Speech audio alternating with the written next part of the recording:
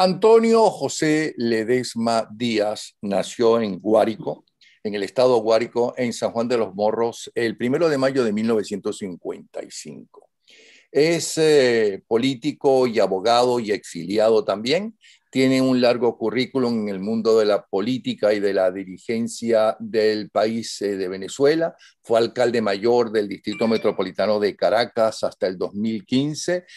También se ha desempeñado como alcalde del municipio Libertador de Caracas en 2 ocasiones y gobernador del Distrito Federal.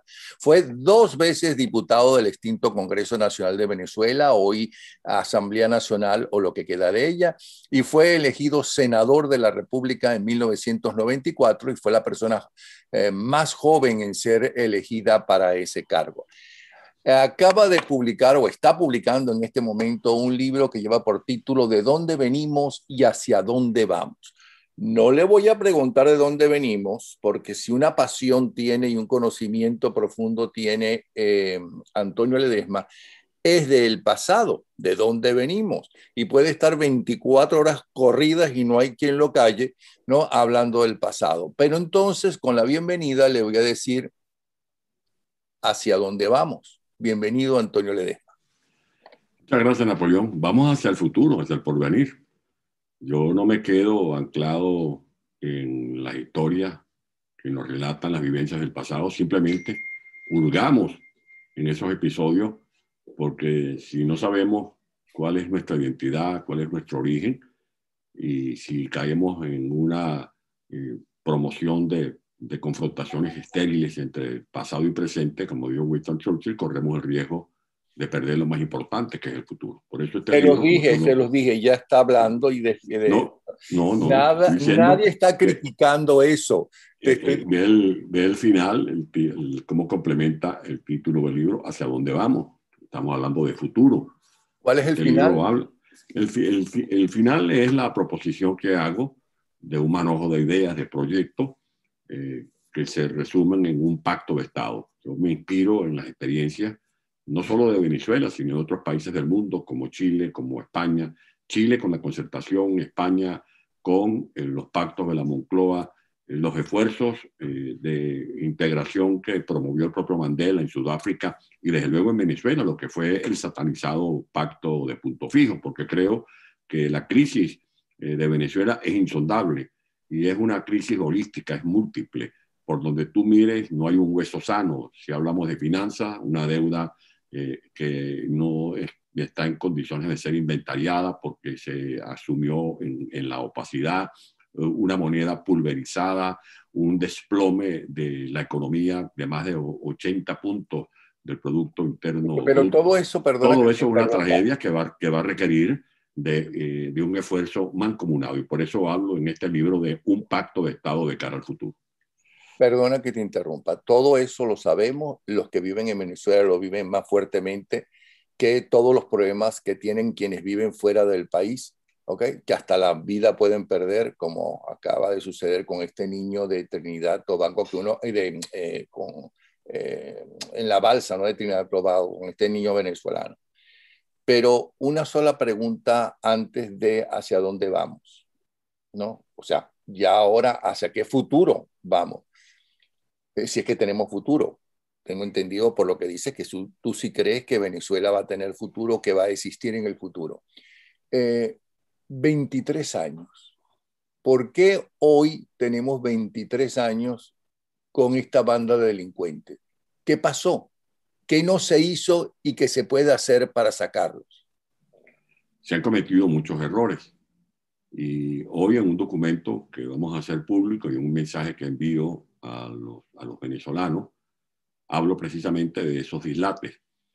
Errores que en algunos casos no son fruto de la ingenuidad de quienes los producen, sino de acciones desvergonzadas, porque es esa unidad ficticia que pretenden reducir a un montón de gente en un retrato, después que el que activa el clip de la cámara dice que se mojen los labios para que sonrían, y después que se congelan esos rostros en la fotografía, unos salen con un puñal y hieren por la espalda a quienes dicen que son sus compañeros, otros van y se entienden tras bastidores con Maduro. Así no salimos, no vamos a salir de ¿Y de por esta qué esos que tiranía. se entienden a tras bastidores a Maduro no son denunciados por ustedes mismos no los votan justamente de lo único que es lo que hay, como diría el grupo este Desorden Público, eso es lo que hay, que es Guaidó como presidente reconocido mundialmente. Amigos Eso, invisibles, no, no sí, Desorden sí, Público. los Solo amigos tanta... invisibles, sí. En eso estamos de acuerdo. Como lo define el propio Humberto Calderón Berti, él es como el acicate, es la figura de donde asirse, pero desde luego, él tiene también que poner de su parte. Él es rehén de los rehenes, porque allá hay factores en Venezuela que han estado eh, colocados contra la pared por un régimen que los extorsiona, los amenaza, los compra. Y cuando tú dices de denunciar, bueno, la gente sabe quién es quién. No, no, no, no, no. La ¿Cuáles son gente los se la implicados? pasa No, hablando perdón. mal de todo el mundo, ¿no? Bueno, pero Que no es nada nuevo. ese es el Perdona, que no es nada ventilador. nuevo entre no los venezolanos, entre los latinos y tú que vives en España, entre los españoles también en la política. Destruir no solamente al compañero del partido que tiene más posibilidades que yo de llegar al poder, sino evidentemente a los de partidos de oposición. Que ¿Ok? tú tienes que separar la paja del grano, ¿no? Una cosa son los chismes, una cosa son los dimes y diretes, una cosa son las intrigas y otra cosa son las realidades. Yo no me sumo a esa batalla de las culpas, ni le echo estiércol a la brisa que dispara el ventilador, porque eso es como escupir para arriba. Estoy convencido que Pero a ti sí te echan. bueno, pero uno tiene como la piel de cocodrilo ya, porque es una lucha larga en la que uno tiene que estar preparado para soportar este tipo de andanada. Pero cuando tú Sí, haces pero la ese eres pregunta, tú, pero tus ¿quiénes seguidores son? o tus posibles seguidores o tus amigos o el pueblo en general, ¿cómo puedes saber qué es la verdad de las acusaciones que te hacen a ti, aunque a ti no te importe, no te duela, porque saben que es mentira, ¿no? ¿Y cuál es la verdad y cuál es la mentira? Bueno, pero es que yo voy a cumplir ahora 67 años, he tenido responsabilidades públicas y a mí me han hecho no investigaciones, me han hecho ADN, me han hecho exámenes de sangre. Y como no pudieron conseguirme nada que manchara mi hoja de vida, terminaron secuestrándome, metiéndome preso, acusándome de traición a la patria. Cuando hay gente que dice que pone en duda cómo fue el mecanismo de mi fuga, yo le digo que así como estoy ya, en este libro está en las librerías de Europa y de América y en Amazon, el mes de marzo va a salir publicado mi nuevo libro que se denomina La tumba, historia de un secuestro, donde hablo no solamente de mi caso, sino de las decenas de venezolanos, políticos, civiles, militares, que han estado en la Zumba, en el Helicoide, en Ramo Verde, en La Pica, en el Fuerte Tiuna, en los calabozos de Vigesín. Y hay gente que me explica que dé detalles con nombres y apellidos de cómo me fugué. Pues yo no soy sapo. ¿Cómo yo voy a poner en la picota, cómo voy a poner en la paila del infierno a la gente que colaboró conmigo? Ahora, ahí van a encontrar detalles de cómo fue la puesta en escena de esa fuga y cuáles han sido mis actos también desde que existe esta lucha o de resistencia, porque para mí no es oposición, sino una lucha de resistencia. Pero no me ha dejado Una de aclarar. las cosas que dice la gente es de qué vives, de qué viven de qué viven los asambleístas, de qué vive Guaidó, de qué, o sea, de dónde sacan el dinero. Bueno, mira, yo vivo aquí con Mixi, con mi esposa. Nosotros ya tenemos hijos. La menor tiene 30 años. No tenemos prole que dependa de nosotros. Yo en mi caso, más allá de los recursos o de los bienes que pueda tener mi mujer, que bien sabemos que no la conseguí debajo de un puente recogiendo lata en la autopista Francisco Fajardo, eh, hacemos una vida transparente. A mí me apoyan fundamentalmente mis 6 hermanos italianos. Mi padre era italiano. Mi padre llegó a Venezuela en el año 1949. Cuando se bajó del barco de La Guaira, le entregaron un carrito de helado, helados El Polo. Después comenzó a trabajar como albañil y después de albañil terminó siendo un ganadero que compraba y vendía ganado en Valle de la Pascua, en Calabozo y en Apure. Mi padre después se regresó a Italia, estableció familia aparte en Conozco Italia. Y perfectamente tu tengo, vida y el que quiera avalo tu averiguar, honestidad. el que No, no, quiera no. averiguar, el que Te lo quiera, no, porque, pregunto pero porque, el que quiera averiguar, que vaya a Italia y vean ok, quiénes son mis hermanos y cómo viven y qué tienen. Yo más bien a regañadientes de mi familia, hago una vida modesta. Estoy dedicado las 24 horas del día a trabajar por Venezuela, escribiendo, redactando documentos, promoviendo reuniones, reuniones privadas, algunas no se hacen públicas, y todo con el ojo puesto en Venezuela, porque estoy hoy más que nunca convencido que si nosotros no reconstruimos una auténtica base unitaria, vamos a tener tiranía para largo rato. Y eso va a ser imperdonable, eso es inexcusable para la dirigencia ok, política. ok. Pero quiero aclarar una cosa. Señalé esa pregunta porque estabas hablando de las acusaciones que les hacen y que todo el mundo debe saber, ¿no? No todo el mundo debe saber lo que tú acabas de aclarar, ¿no? Que me consta que es verdad y porque te conozco a ti, conozco a Mitzi, ¿ok? Tiene que saberlo todo el mundo de los sacrificios, ¿no? Que también es vivir en el exilio y por algo estás en el exilio, ¿ok? Pero estabas hablando de los errores. Ahora, cuando un error se repite, uno trata de cambiarlo. ¿Por qué no han Sí, tratado de cambiar y por qué no han expulsado, ¿no?, a los que saben que juegan con el gobierno? ¿Por qué no ha sucedido eso? porque una mezcla de intereses. Ahí hay gente que forma parte de todo este entramado en el que se dan esos reacomodos. Por eso hablo de tratativas desvergonzadas. Eh, Cuando la gente me dice, de los nombres de los infiltrados, bueno, busque y vea a quienes le entregó Maduro y Diosdado Cabello los símbolos de los partidos políticos. Si a mí me llaman y me dicen, mire, te vamos a entregar los símbolos de Acción Democrática y de Primera Justicia, puedes tener la absoluta seguridad que yo no aceptaría eso. Pues eso sería entenderse con el gobierno. ¿Dónde están los infiltrados? Bueno, vean ustedes la nómina de diputados que fueron elegidos con la tarjeta de la unidad en diciembre del año 2015 y después montaron una fracción aparte, que bien ha sido denominada como la fracción de los alacranes. Vean ustedes gente que de la noche a la mañana se quitaron la cachucha de funcionarios del gobierno interino y fueron los primeros en estar pidiendo, en vez del revocatorio o la destitución de Maduro, están pidiendo que cese el gobierno interino. Eso no es jugar limpio. Aquí, en este tipo de luchas y de escenarios, tú tienes que tener una definición. O estás con la resistencia, con la oposición, o estás con el gobierno. Pero eso de un tiro a la revolución y otro tiro al gobierno, eso lo que hace es generar desconcierto. ¿Qué es lo que tenemos hoy en día en Venezuela? Una ciudadanía desconcertada, desorientada, confundida y en algunos casos decepcionada y frustrada porque siente que ha sido utilizada, que ha sido vendida en un bazar de politiquería por quienes estaban representando sus activos. Cuando la gente ve que Pero de la noche a la perdona, mañana, Antonio, perdona que te interrumpa tanto porque sé que entonces te expandes bien interesante todo, hablas muy bien, pero acuérdate que tenemos un tiempo limitado. sí, Cuando tú dices todo eso de la ciudadanía, con lo cual estoy totalmente de acuerdo, tú le estás pidiendo a la ciudadanía, ¿no?, que sea ella la que investigue y vea quiénes son los que hacen juego con la narcotiranía.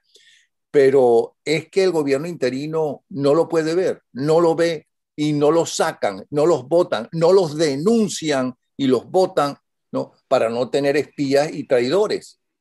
no, yo creo que lo que está a la vista no necesita anteojos. Y es el llamado y la exigencia que en lo personal yo le he hecho a Juan Guaidó con todo el respeto del mundo. Él tiene que poner de su parte. Yo subrayo esta frase, porque si él continúa sometido a los designios de un G4, vamos a tener, como tú lo acabas de decir atinadamente, los mismos resultados. Yo no estoy proponiendo, porque sería un contrasentido hablar de unidad y al mismo tiempo pedir que psiquitrillen a los dirigentes de esos partidos de llamados G4. Yo no estoy diciendo que sean sepultados, que sean llevados a la horca. No, yo lo que estoy diciendo es que bien pueden participar, pero lo que no pueden es seguir tomando las decisiones de manera sectaria en nombre de todos los factores políticos y civiles de Venezuela, porque ese sectarismo, sin duda alguna, ha sido nocivo. En segundo lugar, así como he dicho reiteradamente y lo repito en esta conversación contigo, que solos no podemos y por eso debemos invocar el concurso de la comunidad internacional, también reafirmo la premisa según la cual desunidos no podemos. El que monta fiesta, el que celebra esta dispersión, esta lucha fratricida, esta lucha caimita, como hablaba Rómulo Betancourt en los tiempos de las luchas de los dirigentes que enfrentaban a Marcos Pérez Jiménez, es Nicolás Maduro, por aquella máxima de que divide y vencerás. Por eso creo que la unidad es una máxima necesaria, la unidad es indispensable, pero una unidad auténtica, una unidad con coherencia y una unidad libre de infiltrados, de colaboracionistas y de gente que se convierten en pastores de rencores. Si aquí nos vamos a dedicar a pastorear rencores y a cobrar facturas que tienen que ver con cuentas pendientes por los odios de unos con otros, nos debilitamos, nos dispersamos, nos convertimos en una dirigencia que lo que produce es crisis de lástima, una crisis de lástima que confunde a su vez a la comunidad internacional. Por eso tú ves a voceros calificados como don Mario Vargas Llosa hacer llamado a la unidad. Por eso tú hablas con el expresidente Aznar o con el expresidente Rajoy, el expresidente Felipe González, o hablas con el presidente Duque, o hablas con factores importantes de Washington y los Estados Unidos y te preguntan, bueno, pero ¿qué es lo que está pasando? Hacen esa misma pregunta que tú me acabas de formular para iniciar esta conversación. ¿Por qué se sostiene una tiranía en medio de un país que vive una catástrofe económica?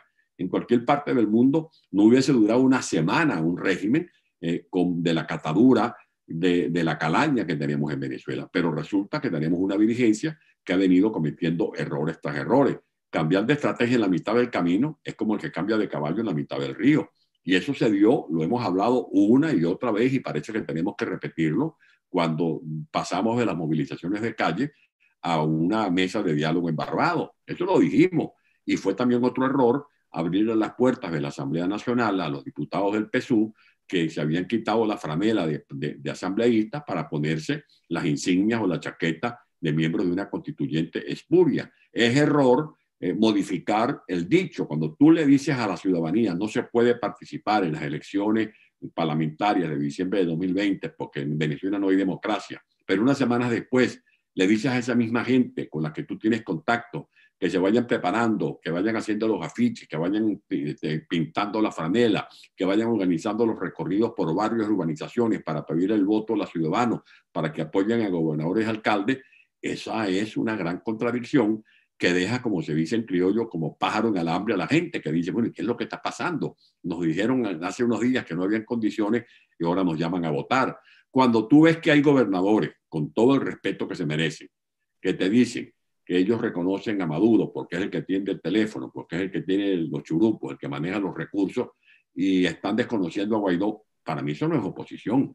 O tú estás con la resistencia o tú estás definido en que hay que asumir riesgo, en que tienes que exponer tu pellejo y tu propia tribuna a la hora de defender una estrategia o simplemente te vas a prestar o vas a ser utilizado como trompo servidor en esta maquinaria, en esta trituradora con la que el régimen va convirtiendo en desechos políticos a muchos activistas que tienen nombres y apellidos. Por ejemplo, es obvio que Ramos Aluba acaba de lanzar por intermediario, como suele suceder en la política o en cierto tipo de políticas, su decisión de lanzarse posiblemente, y si es aceptado por la gente que lo rodea, como candidato presidencial del 24, por ejemplo. Es que yo he dicho que eso es como ponernos a elegir una reina de carnaval donde no hay agua, donde no hay carroza, donde no hay papelillo, donde no hay caramelos ni hay tribuna. ¿Candidato presidencial para qué? Si en Venezuela lo que hay es una tiranía. Ese es otro de los errores.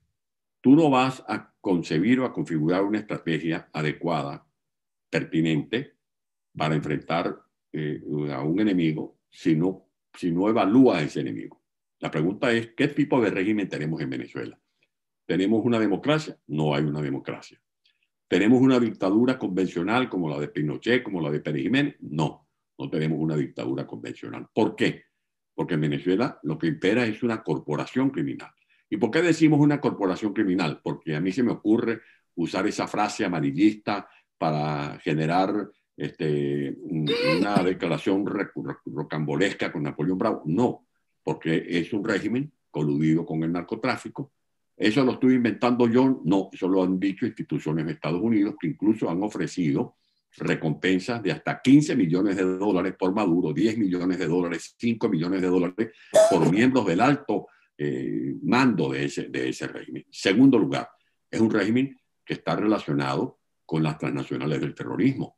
Si no, vean ustedes la presencia en Venezuela de Hezbollah, de gente de Al-Qaeda, vean lo que están haciendo en el arco minero. En tercer lugar, es un régimen que tiene también tratativas con grupos irregulares. La FARC está en Venezuela. ¿Por qué tienen preso al doctor Tarazona? Que mucha gente no se acuerda. Y yo pido a través de este programa que no abandonemos al doctor Tarazona ni a los miembros de Fundarredes, que no nos olvidemos de los presos políticos y civiles y militares.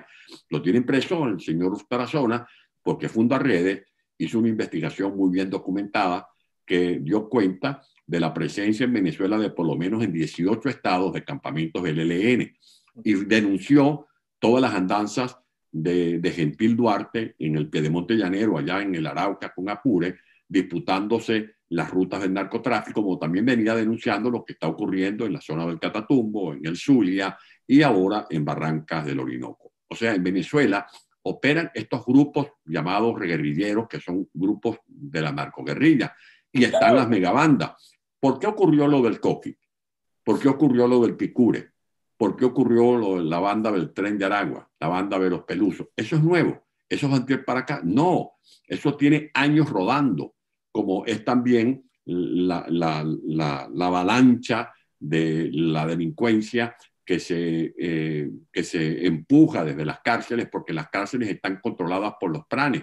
Y en la calle, los pranes, estas megabandas, de una u otra forma se interrelacionan con los colectivos. Eso es una verdadera corporación criminal. Usted se va a plantear esas elecciones con esta corporación criminal. ¿Por qué el régimen ya no apoyó al Coqui después de haberlo armado? Porque así terminan las bandas. Recuerda que cuando... Pero ¿qué hizo el Coqui en contra de la revolución como para perseguirlo y matarlo? Bueno, eso no es hacer justicia. El gobierno lo que estaba, o el régimen lo que está es haciendo ajustes de cuenta. Es el ajuste de cuenta entre las bandas que forman parte de esa corporación criminal. Y así como existe la megabanda del Coqui en la Cota 905, o la megabanda del Picure en las carreteras del Guárico, o la del Tren de Aragua, en Aragua, Carabobo, Trujillo, Zulia, existe la megabanda de Miraflores. Porque en Miraflores no hay un gobierno, en Miraflores hay una megabanda. ¿Ves tú cómo tienen el saqueo más grande que se ha hecho en la historia de la humanidad? Es el saqueo que han protagonizado desde Chávez para acá. Estamos hablando de más de 1.000 millones de dólares, nada más por concepto de petróleo. De eso se rasparon más de 400.000 millones de dólares. Tú hablabas de la gente que huye, de este niño que acaba de ser tiroteado desde una patrulla costera de Trinidad y Tobago, o de la niñita de 7 años que la fuerza del río Bravo se le arrancó de sus brazos a su madre y murió ahogada. Pero es que todos los días tenemos testimonios dolorosos de mujeres, de hombres, de jóvenes, de niños que tienen que caminar hasta 3.000 kilómetros, 2.000 kilómetros. Esto parece una exageración, pero es cierto. Si no, pídanle los datos a David Molaski, que está suficientemente instruido, documentado para narrar esta verdadera calamidad a la que se exponen los millones de venezolanos que están en la diáspora. ¿Quién es el responsable de esa catástrofe humanitaria? ¿Por qué la gente, mientras vemos ese espectáculo, que mientras un niño es tiroteado huyendo de Venezuela, que mientras vemos a gente muriéndose de hambre en los barrios de Caracas o de Maracaibo o de Barquisimeto, montan una fiesta en un tepuy de Canaima con smoking? Eso es una burla, porque es el parte del cinismo, y es el cinismo que también se pone de manifiesto en los bodegones. Y como lo ha dicho el doctor Puente, acertadamente, un economista muy brillante de venezolano, el pretender decirle a la gente que se resolvió la crisis económica porque hay bodegones y porque hay farmacias gigantescas en Valencia, o porque se vendieron juguetes de Navidad o pinos importados de Canadá en tiendas establecidas para este tipo de operaciones comerciales, se resolvió la crisis. Mentira.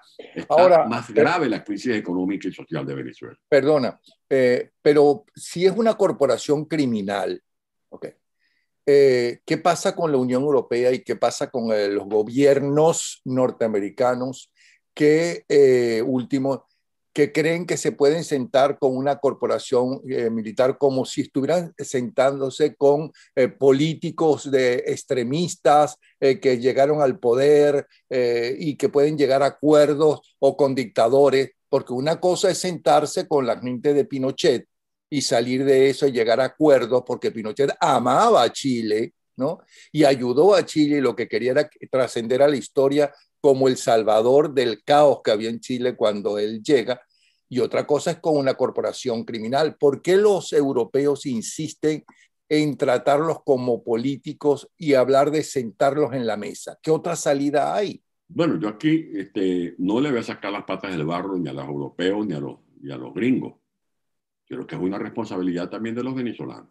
Porque aquí a Europa han venido voceros que en nombre de la oposición han venido a pedir observación técnica para avalar procesos electorales en Venezuela. Entonces, no tiene la culpa el ciego, sino el que le da el garrote.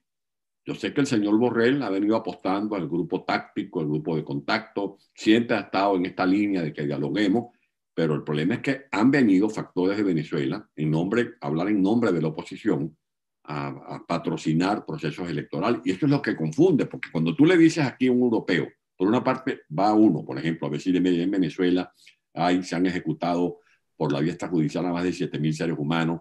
En Venezuela están asaltando a los medios de comunicación, el que no lo compran, lo expropian, lo asaltan. En Venezuela hay la tortura, las detenciones arbitrarias son un patrón de conducta. En Venezuela está el cartel de los soles. En Venezuela funciona el cartel de Sinaloa, el cartel de Jalisco, el cartel de La Guajara. Se transporta droga desde Maracaibo para Guatemala, para Honduras. En Venezuela están en el arco minero la gente de Hezbollah, etcétera. Pero al mismo tiempo salgo yo de la oficina y entra otro y dice, no, que en Venezuela podemos hacerse elecciones, si es posible, llega a entenderse con el Consejo Nacional Electoral. En Venezuela yo creo que hay que quitar las sanciones porque esas sanciones perjudican al pueblo. Entonces la gente queda zarandeada. Y eso es lo que ha ocurrido en Europa y en Estados Unidos, que hay voceros que van en nombre de la oposición a pedir o que levanten las sanciones o que nos metamos en un carnaval electoral. Vean ustedes lo que acaba de ocurrir. Ok, 4 gobernaciones y los 4 gobernadores fueron a reunirse con Maduro y el pretexto es que Maduro es el que atiende el teléfono. Bueno, eso es como que si a ti te invadieran un apartamento, te invadieran tu casa y tú te resignes a dejar en manos del invasor la casa, porque cuando llamas por teléfono a tu casa, atiende. ¿Quién atiende? El que invadió el apartamento, porque es el que está en el apartamento. Maduro es un invasor de Miraflores. ¿Cómo nosotros vamos a legitimar a Maduro por el hecho de que sea el que atiende el teléfono o el que pueda repartir unos cuantos proventos para que tú puedas pagar una nómina? Porque a eso están reducidos los alcaldes y los gobernadores en Venezuela, lamentablemente. A ser una suerte de jefes de personal cuando les llegan los recursos del situado constitucional. Porque No está siendo, perdona, muy benévolo con esos gobernadorzuelos, ¿no? Que no los llaman, que están siguiéndole el juego a la narcotiranía, es decir, están al servicio de los intereses de narcotiranía para lavarle la cara afuera. Bueno, cada quien tiene su manera de definir las cosas. Yo simplemente he usado un vocabulario que no da lugar a dudas en cuanto a la caracterización de quienes le tiran un besito a Maduro y le dan un saludito desde lejos a Guaidó. Y por eso creo que aquí lo que hace falta es definiciones. Yo sí estoy convencido y preocupado. Preocupado porque siento que hay mucha dispersión. Preocupado porque esa dispersión es atizada por el régimen que utiliza a los infiltrados para dividir. Fíjate que lo que pasó en noviembre del 2021, se vendió la idea de que se perdieron 15 gobernaciones porque estábamos divididos. No, es que la división es accesoria. Ya Maduro tenía amarrado a gente comprometida a postularse. Y ese es el juego que quiere hacer Maduro para unas supuestas elecciones en el año 2024. Ya él debe estar amarrando o comprometiendo a uno que otro factor para que se lancen a esas elecciones y luego en ese mundo de divisiones y de dispersión, una pequeña minoría más la ayudadita del fraude del Consejo Nacional Electoral y todo el ventajismo que aplica el régimen con la hegemonía comunicacional, la hegemonía financiera, todas las acciones ilegales que se hacen desde los tribunales, desde la fiscalía para inhabilitar, para meter preso a la gente. Imagínate tú que se elija un candidato presidencial ahora y que un partido X elija un candidato, el partido Z elija otro candidato. ¿Qué es lo que va a hacer el régimen? Bueno, dirá, bueno, los voy a inhabilitar. Lo mismo que hicieron en Nicaragua y lo mismo que viene haciendo Maduro en Venezuela. Por lo tanto, a mí me parece absurdo que nosotros estemos metidos en un cuarto, forrados con espejos, viéndonos yo con yo y con el delirio y el frenesí de ponernos un traje, una corbata y ponernos una banda presidencial para jugar a ser candidato o ser presidente. Eso más que una ilusión, más que una fantasía, es una Pero irresponsabilidad. ¿y por qué lo hacen? Es que están jugando con el gobierno. Entonces es verdad lo que dice mucha gente y muchos analistas de que el gobierno interino está en juego con y le sigue el juego a Maduro. Bueno, hay mucha gente que le sigue el juego a Maduro. Hay mucha gente que le Pero el vaya. gobierno interino le sigue el juego, Juan Guaidó le sigue el juego, su No, gente le sigue el juego. no, bueno, es que hay que ver cuál es el gobierno interino. Pues, ¿quién fue el canciller de Guaidó en estos 3 años? Julio Borges. ¿Cuál es la posición que tiene ahorita Julio Borges? ¿Quién era el embajador de Guaidó en Colombia? ¿Quiénes eran los que tomaban las decisiones y se repartían los cargos hasta antes nada más? El llamado G4. 4 partidos se repartían embajadores, cargos directivos de monómeros, en Circo, en PDVSA. Bueno, eso le dejaron el pelero a Guaidó. Lo dejaron allí en la desolación.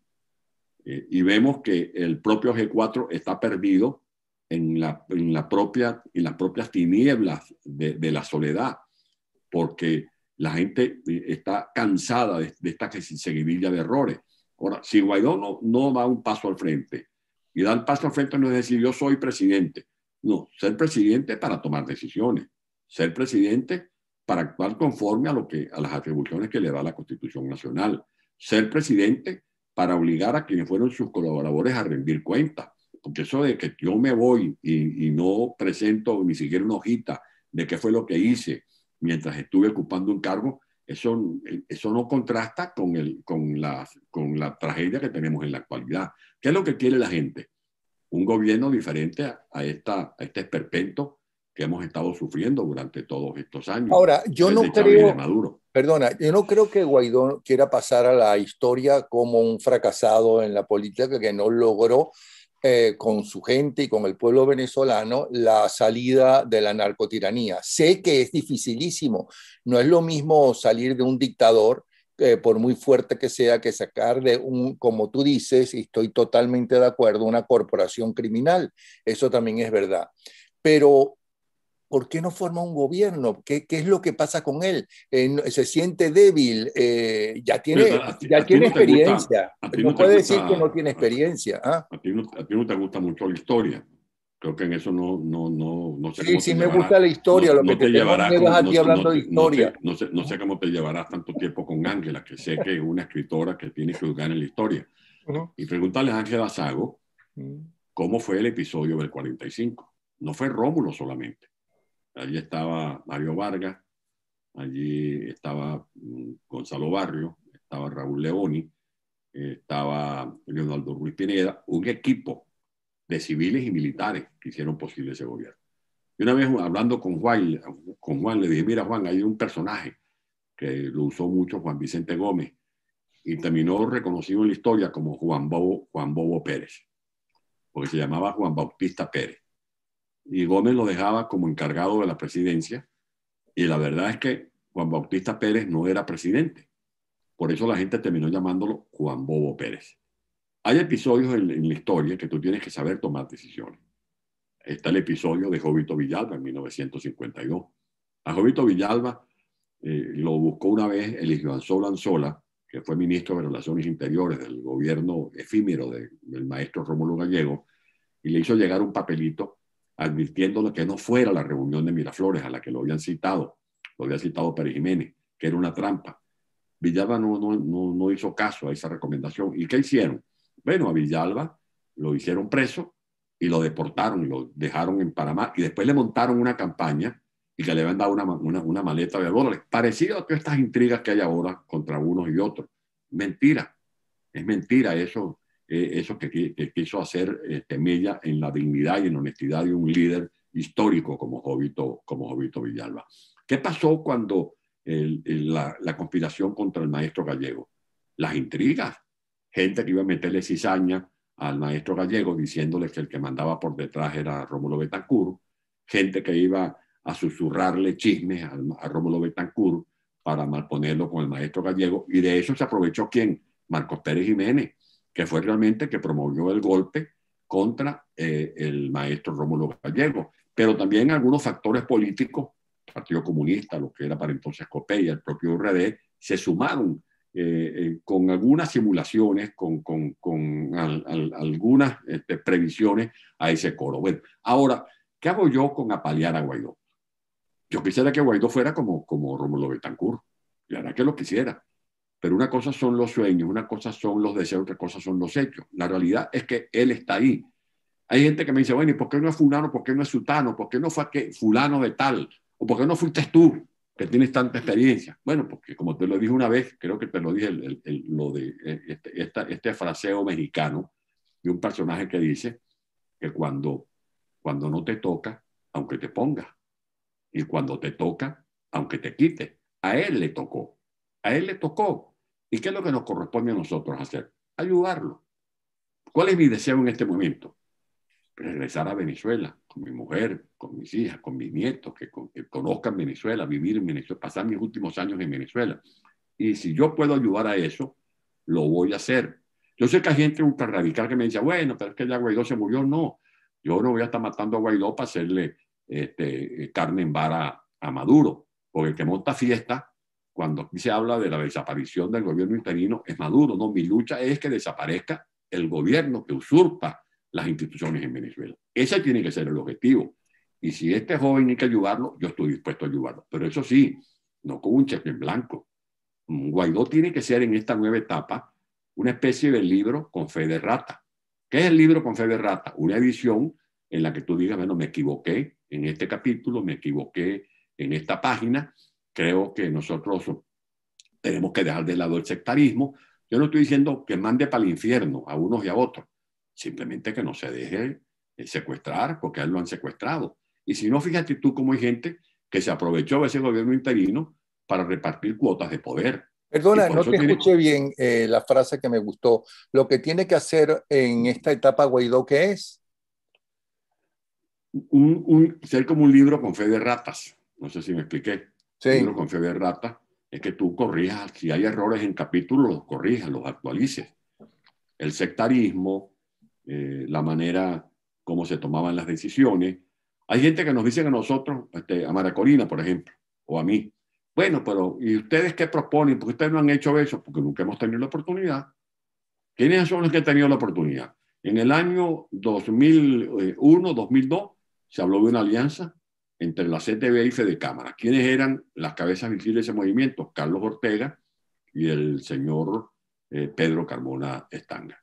Después vino en el 2003 la gente del petróleo y la gente confiaba en todo lo que hablaban estos líderes, entre otros Juan Fernández, por citar solo uno del movimiento de la meritocracia petrolera. Después vino la Coordinadora Democrática. ¿Quiénes estaban allí?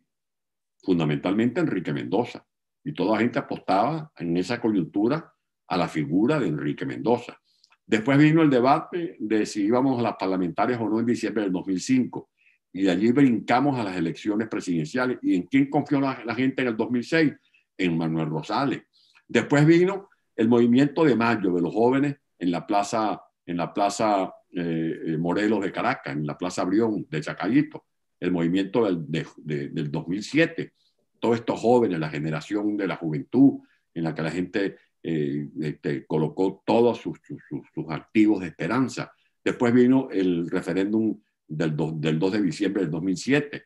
Después vinieron las elecciones del 2008, las parlamentarias del 2010, surgió la figura de Capriles. Y Capriles fue el estandarte, el buque insignia de la lucha de los venezolanos para la campaña del 2012, para la campaña del 2013. Después vino la conducción de las elecciones parlamentarias y vemos que se han repartido el rol protagónico. Primero Henry Ramos, después vino Julio Borges, después vino el doctor Barbosa, después surgió la figura de Guaidó. Nosotros nunca hemos tenido posiciones protagónicas. Te falta que estemos aquí. Te falta el protagonismo de Ledesma. Bueno, pero es que Leopoldo López.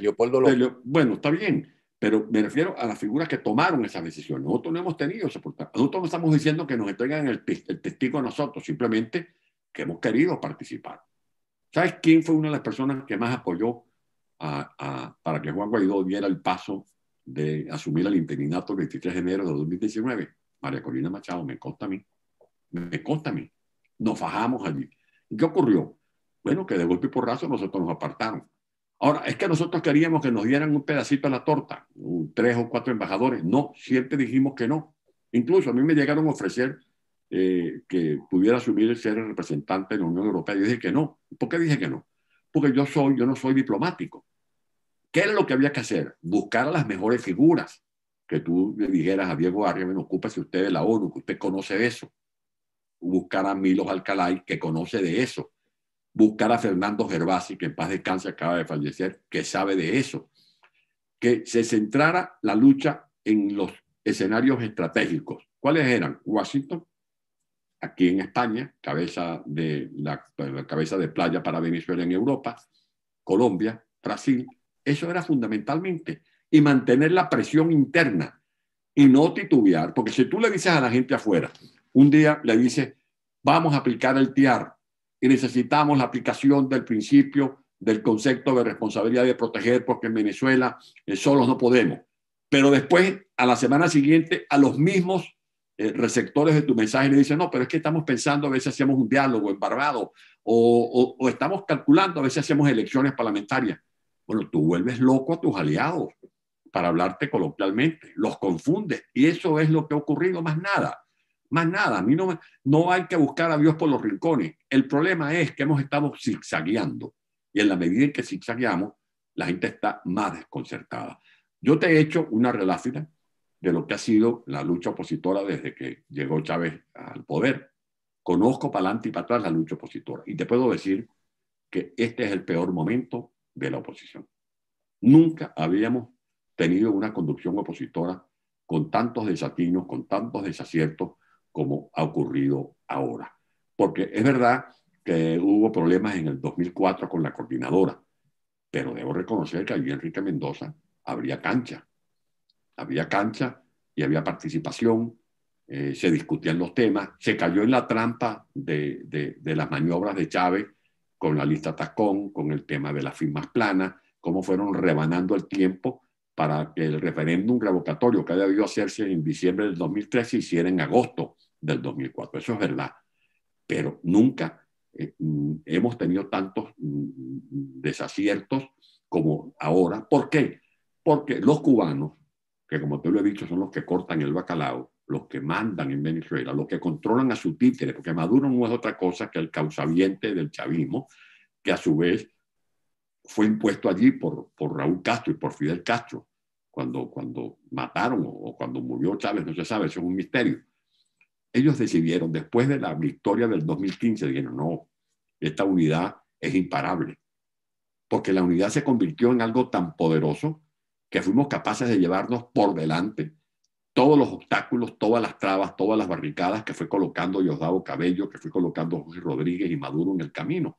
Y por eso ganamos las 2/3 partes. Ahora, ¿cómo hicieron ellos para dislocar esta tromba en que se había convertido la lucha opositora? Infiltrándonos.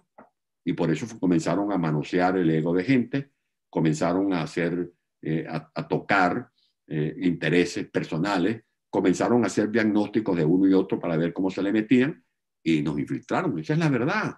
Esa es la verdad.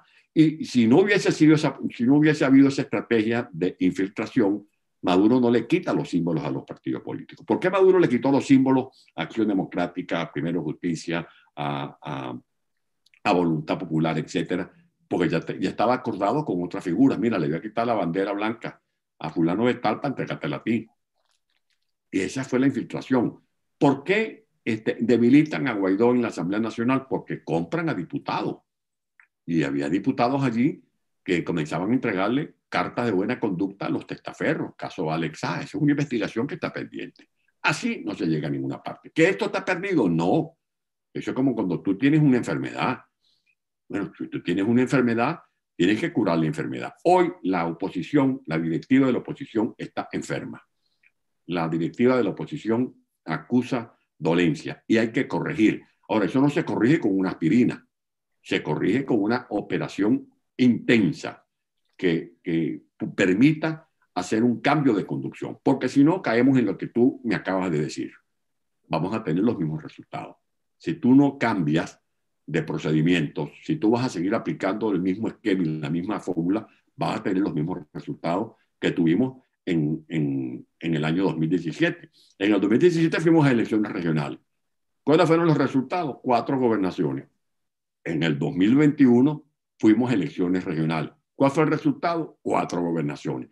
O sea, si tú sigues dando bandazos, dando tumbazos, que un día pides intervención internacional y la semana siguiente te amoldas al calendario electoral de Maduro, por supuesto, que te convierte simplemente en un esclavo de esta tiranía que te utiliza. Porque hay gente que se convierte en colaboracionistas y creen que por ser colaboracionistas se va a librar de la ejecución. No, le posponen la ejecución.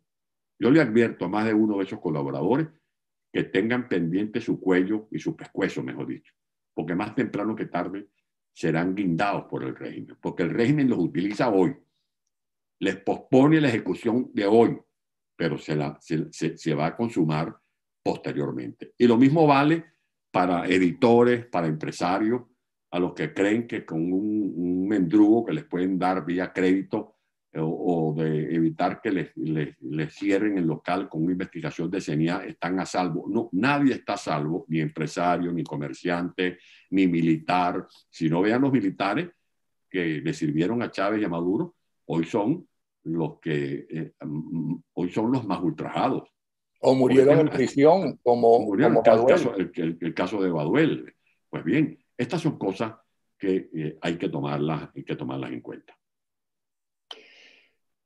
Y entonces, con todo esto que estás diciendo y una dirigencia enferma, ¿qué futuro tenemos? Y si ese futuro que vas a hablar es inmediato. Vamos a ver qué tenemos. Una población en resistencia, porque el pueblo de Venezuela no se ha rendido. En Venezuela, hoy hay 2 Venezuelas, una adentro y una afuera. La Venezuela que resiste adentro, que es esa Venezuela que tú ves representada en los niños de una barriada de Tejería, niños aturdidos por la balacera. Ese intercambio de disparos no es solo por la persecución del coqui o del conejo. Eso se está viendo en todos los estados de Venezuela. Venezuela está en manos de Lampa. Venezuela es un país somalizado, cuyo territorio se lo reparten los grupos delincuenciales, terroristas, la FARC, el ELN, los pranes, las megabandas. Venezuela está en manos de mafias, estas mafias que trafican droga. Y repito, eso no lo estoy diciendo yo porque se me ocurrió con esta cabeza calenturienta, no, eso lo dice las instituciones de Estados Unidos que están ofreciendo $15 millones. Y la recompensa que ofrecieron por el coqui puede dar mañana resultado y la recompensa que están ofreciendo por Antonio, perdona, apasionante, interesantísimo todo lo que estás diciendo. Perdona que te interrumpa tanto, pero tengo miedo en el espacio, de la duración. Si la dirigencia está enferma, como tú dices, ¿ok? No es la única dirigencia que en casos de crisis, ¿no? Estuvo enferma, se recuperó, ¿no? Y supo y triunfó. Ahí tenemos, por ejemplo, el gobierno de Vichy frente a la lucha de Gaulle, ¿ok? Por citarte un caso. ¿Cuál es el futuro que nos espera y si ese futuro es inmediato?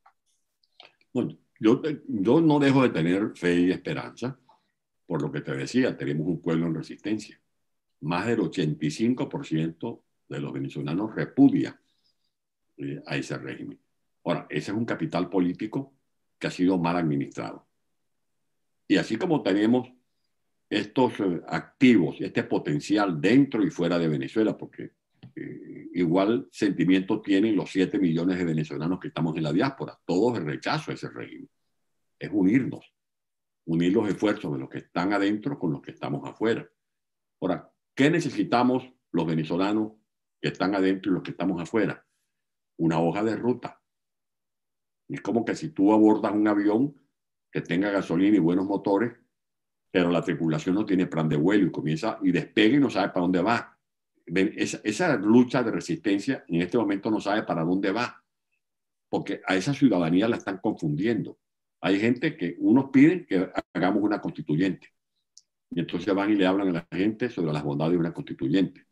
A la semana siguiente te piden aquí una entrevista para promover unas elecciones presidenciales para el 2024 y seguidamente hay alguien que te pide una oportunidad para promover unas elecciones primarias para escoger candidatos presidenciales anticipados. Así no salimos de la tiranía. ¿Por qué logramos las 2/3 partes de la Asamblea Nacional en diciembre de 2015? Porque había un solo camino definido. Todo el mundo, todos, blancos, rojos, azules, amarillos, todos, unos a regañadientes, unos disgustados, unos inconformes, todos nos pusimos de acuerdo con la idea de apoyar las parlamentarias con tarjeta única. Eso es lo que hace falta ahora.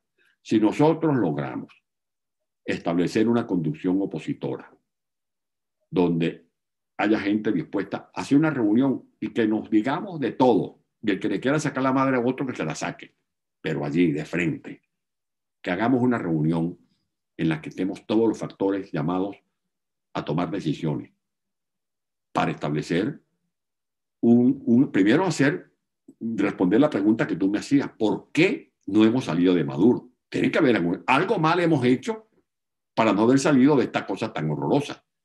Bueno, y después de esa reunión, definir una conducción estratégica que le corresponde circunstancialmente a Guaidó ser una referencia porque es reconocido afuera y todavía por algunos sectores adentro. Bueno, vamos a hacerlo. Vamos a jugar limpio. Vamos a jugar con desprendimiento. Vamos a tener grandeza de alma. Mira, Rómulo Betancourt, cuando estaba en el exilio, le mandó un mensaje a Rafael Caldera en 1957. Le mandó decir, mira, Rafael, yo te apoyo a ti si te lanzas de candidato. En 1957. Y Caldera más o menos tanteó la cosa, pero Pérez Jiménez lo quiso chantajear y lo quiso obligar a aceptar condiciones indecorosas y Caldera se negó y terminó metiéndolo preso. Hubo gente, no sé si yo te lo conté, cuando no se hablaban Jovito y Rómulo, había un personaje que fue y le dijo a Jovito, mire, maestro Villalba, Rómulo quiere hablar con usted. Sí, quiere hablar conmigo, sí, quiere hablar conmigo. Era embuste. Ese era alguien del entorno que estaba jugando a favor de la unidad. No era un intrigante. El problema es que hay mucho intrigante y mucho chismoso que en vez de apagar los fuegos lo que hacen es echarle leña a la caldera. Y ese personaje que fue a decirle en Panamá a Jovito que el presidente Betancourt quería hablar con él, se fue después para Nueva York y le dijo a Rómulo Betancourt, mire, presidente Betancourt, vengo a hablar con Jovito Villalba.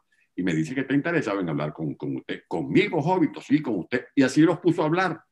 Venezuela necesita ver a su dirigencia hablando, conversando. Nosotros tenemos que entender que los aliados a veces son circunstanciales y los enemigos somos temporales. Esto no significa que tú vayas a caer en acuerdos que agredan la épica. No, hay momentos en que es necesario deponer actitudes, en que hay que arriar banderas particulares. Yo he usado una frase poderosísima que me dio como consejo el expresidente Patricio Aylwin, cuando yo le pregunté, don Patricio, ¿cómo lograron la unidad en Chile? Y él me respondió, mire Ledesma, la logramos convencidos de que a veces hay que renunciar al derecho a tener razón. Podemos tener derecho a tener razón, pero lo que no podemos es propiciar una reunión anticipadamente diciendo la verdad que vale en esa reunión es la mía, porque así no va a ser posible lograr la unidad. Que hay que limpiar, hay que enjabonar y echarle mucha agua a algunos factores para poder tener una dirección política transparente, libre de todo sospecha, si es necesario. Pero yo suplico que hagamos ese esfuerzo, porque de lo contrario, todo el sacrificio puesto al servicio de esta causa por la libertad va a ser en vano. Y hay que ver lo que significó el dolor de ver muerto en la Avenida Libertador de Caracas a Niomar Lander. Hay que ver lo que significa para nosotros el recuerdo de ver a aquel muchacho acribillado desde la baranda de La Carlota en la autopista Francisco Fajardo. Hay que ver lo que significó la muerte de Pernalete, de Vallenilla. Hay que ver lo que significó la muerte de Óscar Pérez con sus compañeros en el Junquito. La huelga de hambre del que conocí, porque cuando yo comencé mi huelga de hambre el 3 de julio del año 2009 me conseguí en la puerta de la ONU, de la OEA, a Franklin Brito. Ese hombre no murió luchando por un pedazo de tierra. Ese fue el motivo. Luchó por unos principios. Ahora, toda esa gente, los abuelos que uno veía corriendo, asfixiados, metiéndose de chapuzón en el Guaire, porque estaban protestando contra Chávez o Maduro, eso va a ser en vano. Vamos a tirar por la borda aquella consigna de con mis hijos no te metas, aquellas protestas que fue el epicentro, que fue la espoleta que generó tantas algarabías. Vamos a tirar por la borda el sacrificio de los trabajadores de petróleos de Venezuela, que antes estaban allá disfrutando de un buen sueldo y ahora están trabajando como taxistas o como vendedores o haciendo cualquier cosa para ganarse la vida porque fueron echados a la calle como unos perros por Hugo Chávez. Vamos a echar por la borda el sacrificio de los marinos mercantes, de los educadores, de los profesionales de Venezuela. Yo creo que hagamos una recapacitación. Si yo tengo que admitir que cometí errores, no tengo complejos en admitirlo. Si en esa reunión alguien me dice, mira, Elena, que tú te equivocaste en esto, ¿vale? Yo aceptaré mis errores.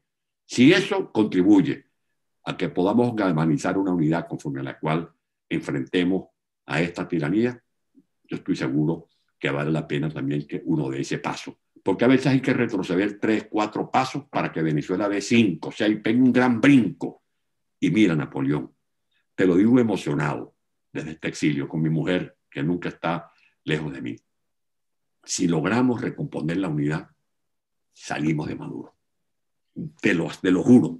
Si logramos recomponer la unidad, si logramos establecer una conducción firme, con acuerdos mínimos, en que digamos aquí todo el mundo va a participar. Aquí va a haber un gobierno de transición y el que puede ser portero será portero, el que puede ser jardinero será jardinero, el que puede ayudar en la reconstrucción de las autopistas, de los puentes, del Banco Central. Lo importante es que nos sintamos dispuestos a asumir con pasión la pasión de hacer la política decente, la pasión de poder hacerle creíble a la gente nuestra prédica, porque nosotros somos vendedores de ilusiones. Es como el que vende una licuadora o una tostadora. Tiene que darle motivos al cliente para que termine firmando los giros. Pues bien, nosotros tenemos que ocuparnos de las esperanzas, de los anhelos, de los sueños, de la juventud. Ahora que estamos al borde del Día de la Juventud, que los jóvenes de Venezuela no renuncien ni se dejan arrebatar sus ilusiones por un futuro mucho mejor, porque esa juventud es la que tiene que estar en la vanguardia de esta gran batalla, que tiene que estar por encima de las pequeñeces y que nosotros estemos en condiciones de superar estos desencuentros. Para mí ese es el gran obstáculo, salir de los infiltrados, pasar la página o este capítulo aciago que han escrito con sus desvergüenzas los llamados colaboracionistas y abrir la cancha para que tengamos una conducción incluyente, donde nadie se sienta atropellado, ni aislado, ni excluido, y que definamos un acuerdo. Bueno, ¿cuál es el acuerdo? El acuerdo es salir de la tiranía. ¿Cómo salir de la tiranía? Esta es la hoja de ruta. Y que todo el mundo se sienta comprometido. Porque no es que tú estés allí en la foto, porque nada hacemos con que hacernos una fotografía en el aula magna y que le creamos la falsa ilusión a la gente que va a ver en tu programa la fotografía. Mira la foto de la unidad. Y después esos mismos dirigentes se están echando cuchillo unos con otros. O si no, dime cómo tú entiendes que gente que también nada más estaba dando chamapuches con Guaidó, hoy son los primeros que están pidiendo que Maduro, que Guaidó sea defenestrado. Y no estoy diciendo con esto que nosotros digamos que Guaidó es un dechado de virtudes, no, se ha equivocado. Pero ese muchacho se consiguió, como que uno se consigue en la calle un celular último modelo, él le apareció esa presencia interina de la noche a la mañana. Bueno, si no tiene las condiciones de Winston Churchill o de Francisco de Miranda o de Rómulo Betancourt, ayudémoslo, vamos a ayudarlo, vamos a meter el hombro, vamos a evitar que caiga en una alcantarilla, o que lo hundan en una letrina de corruptelis y vagabundería. Eso es lo que nos corresponde a nosotros. Yo estoy dispuesto a eso, corriendo todos los riesgos, críticas, observaciones, lo que me quieran decir, porque tengo aquí en la cabeza el convencimiento que desunidos no vamos a lograr salir de la tiranía.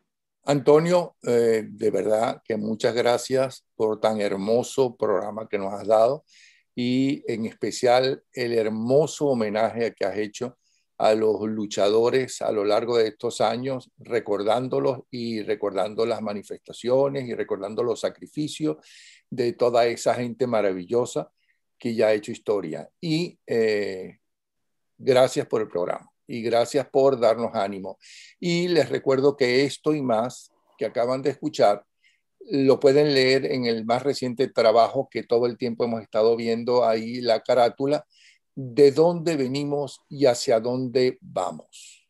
Y en el mes de marzo sale el nuevo libro, para que lo busquen también y lo compren, me apoyen, me ayuden con eso, que se llama La tumba, la historia de un secuestro. Y para octubre vamos a sacar el libro de Carlos Andrés Pérez, un homenaje del centenario que me corresponde escribirlo, ya estoy trabajando en eso.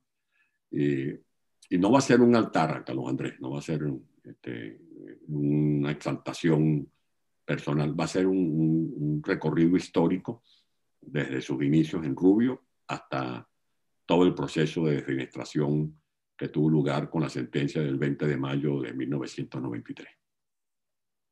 Bueno, un abrazo para ti y para Mitzi. Saludo a la vicepresidenta. Ok. Hasta luego. Un abrazo, gracias.